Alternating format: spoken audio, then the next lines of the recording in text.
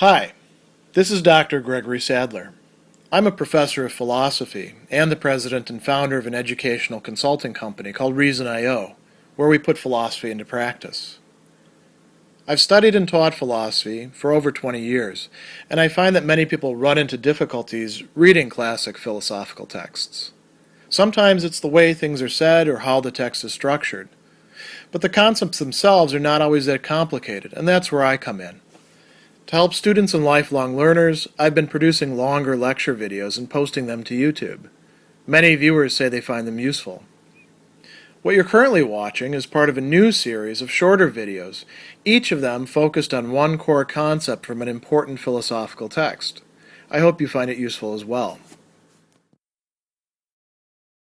In his essay, What is Art and Institutional Analysis?, George Dickie will provide a definition of art that's actually quite complex and rather ingenious. He thinks that it is an adequate definition of art that overcomes the problems of earlier theories of art that focused on something that was taken to be an essential quality of art that turned out not to be so, like the imitative theory focusing on imitation, the expressive theory focused on expression of emotion. And so Dickie is going to propose instead this new definition of art. And there's really two main parts to it, one of which requires a good amount of analysis that he provides. So the first part is that in order to be a work of art, it has to be an artifact. It has to have artifactuality. So, and this is if we're talking about art in a classificatory sense, not in a derivative sense, where we, find a piece of driftwood and we're like, oh, that's art, But where we're actually saying, no, this falls within the definition of what we're going to call art, later on he'll talk about is the art world calling art. So artifactuality, we're not going to worry too much about that. Instead, we're going to look at the other part of the definition. He says a work of art in the classificatory sense is an artifact, and here we go, a set of the aspects of which has had conferred upon it the status of candidate for appreciation by some person or persons acting on behalf of a certain social institution, that social institution being what he is here calling the art world. So he says there's four notions involved in this, two of which are very closely connected. So what are these four notions? The first, he says, is acting on behalf of an institution. In this case, the art world or one of the systems of the art world. Could be theater, could be painting, could be whatever you like. So that's the first. The second, conferring of status. Conferring the status of being art, right? The status, in this case, leads us to the third condition, being a candidate. Being a candidate, being potentially something, recognized as that. And then finally, appreciation.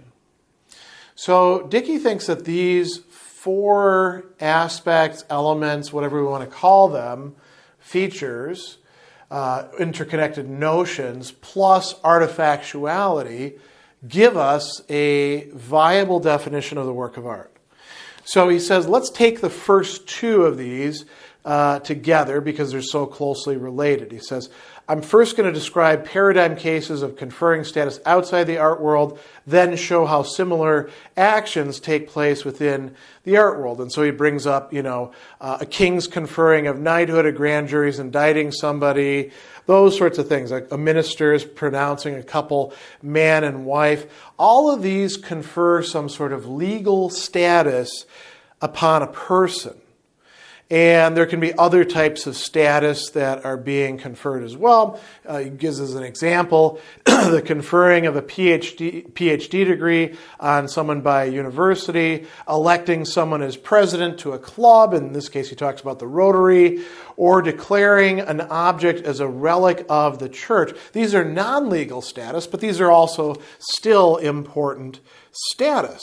So what are we talking about when it comes to art? He says, well, the art world itself is a thing, well, not really a thing, more of an atmosphere and network that confers the status of art upon certain things. There are practices. So he says, how is status conferred by this institution? Here's where it gets really interesting. He says that in a way analogous to the way in which a person is certified as qualified for office, or two persons acquire the status of common law marriage, or a person is elected president of the Rotary, or a person acquires the status of wise man within a community, so an artifact can acquire the status of candidate for appreciation within the social system called the art world. And then he says, well, how do we know that this has taken place? Some obvious means of this would be you put it on a wall. And you might think of the recent kind of joking thing where you duct tape a banana and say, there's some art, right? It's in a gallery. Well, that might confer status. Other people might come along and say, sorry, that's bullshit, and I'm not going to recognize it as art. So simply being in a museum does not yet necessarily qualify it as art. I mean, you might say, well, I leave a doorknob sitting around because I'm completing a job fixing the doorknobs, and somebody comes along and looks at it, doesn't see that there's no little tag or anything, and says, well, there must be a work of art there. Not intended as a work of art, but it could be taken as such. So like he says, there's no guarantee that one can always know whether something is a candidate for appreciation, just as one cannot always tell whether a given person is a knight or married. He says, when an object's status depends on non-exhibited characteristics, a simple look will not necessarily reveal that status. Now, it could be indicated by some sort of, as he's calling it, badge. For example, a wedding ring, right? In which case a simple look will reveal the status. And generally in a gallery, how do we know what the works of art is? We look for the title placard, maybe with a little explanation next to it. And if we don't see anything like that, we don't know it's a work of art or not. Maybe it's just like a mop that got stood in the corner and we're not sure whether it's supposed to be a work of art. So this conferring of status and acting on behalf of an institution closely connected together, those are sufficiently clear enough. There's one other thing that he does say about status. Who confers it? Who actually speaks for the art world? He says only one person is actually required to act on behalf of the art world and to confer the status. In fact, many works of art are seen only by one person, the one who creates them, but they're still art. The status in question may be acquired by a single person acting on behalf of the art world and treating an artifact as a candidate for appreciation. So often he says it's conferred by a single person, the artist, him or herself, creating the artifact. What about these other notions? Being a candidate. Being a candidate, being something that can take on the possibility of something else. He says, a member of the art world confers the status, so status is one thing, of candidate for appreciation, two other things. He says, the definition does not require a work of art actually be appreciated. So this is a matter of, you could say, potentiality or possibility.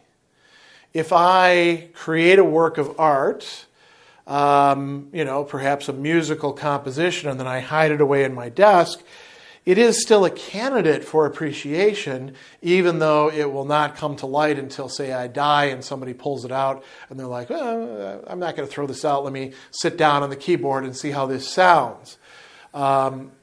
Likewise, other modes of art may similarly not actually be appreciated, but could potentially be appreciated. He says, many works of art, in fact, go unappreciated. It's important not to build into the definition of the classificatory sense of work of art value properties such as actual appreciation, because this would make it impossible to speak of unappreciated works of art. He also points out that not every aspect of a work of art is included in the candidacy for appreciation. He uses the example of a painting. Now, the painting, you may appreciate the painting itself. The frame might also be part of what you're appreciating. Go to the Louvre, for example. You're not going to say to the people there, I really would like to see that painting outside of the frame so I can just get away from all this ornate, gilt edges and stuff like that. They'll look at you like you're nuts. The frame is essentially part of the work of art now, right? But nobody's going to pick the painting up and turn it around and look at the backside and say, oh, I love the color on this canvas. This is amazing. Or look at those staples, how they did that. What craftsmanship. You could do that, but nobody does, right? And similarly, if you're at the symphony and you're out there in the seats listening to the musicians play, you don't actually get up on stage and look down into the bassoon and say, "Ooh, it's very dark in there," or anything like that, assuming that they actually let you. Let's say you're super rich and you could hire the symphony to do that. You don't wander around checking out, "Oh, look how shiny the keys are on that saxophone. I wonder how oiled they are. Let me smell the tuba and see what the brass smells like." No, those are not parts of the candidacy for appreciation. For each type of art, there are aspects that we appreciate and aspects that we're not particularly concerned with. The fourth thing is appreciation.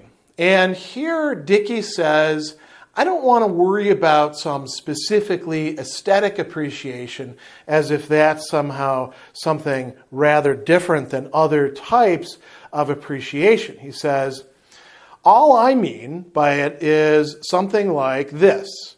In experiencing the qualities of a thing, one finds them worthy or valuable, and this meaning applies quite generally both inside and outside the domain of art. And he says, some people have, gone after me and said this is not sufficiently clear or aesthetic enough.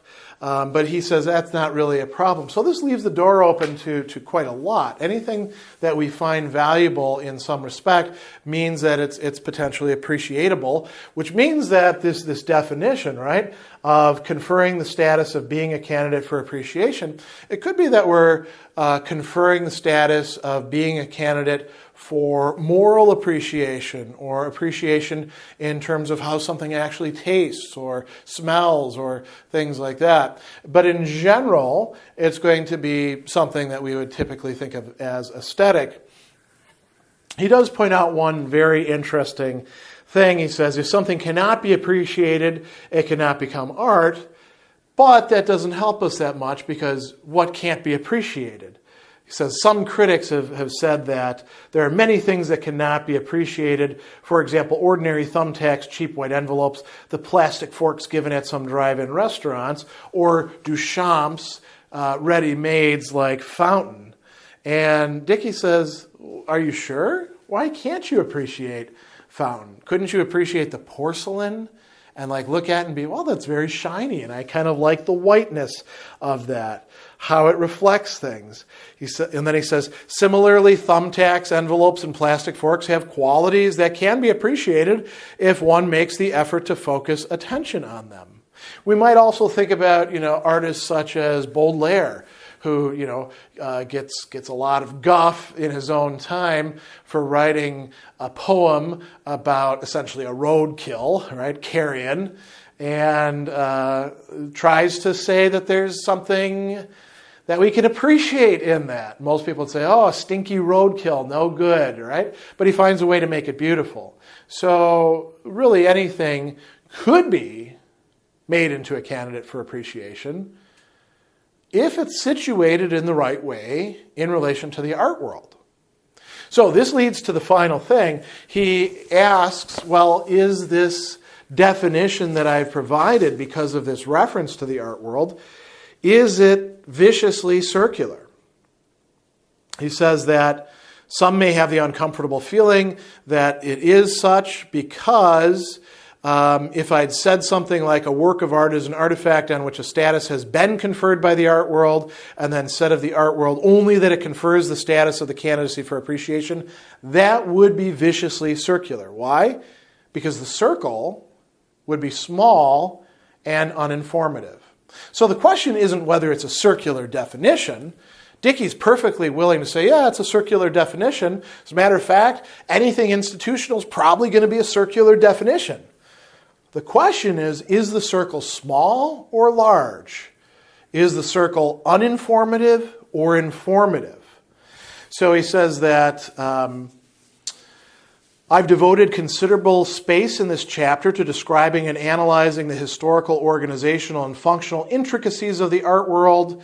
So you've received a considerable amount of information about the art world, which means that I have given you something that is not small and not uninformative. So it is not a vicious circle, although it is a circular definition.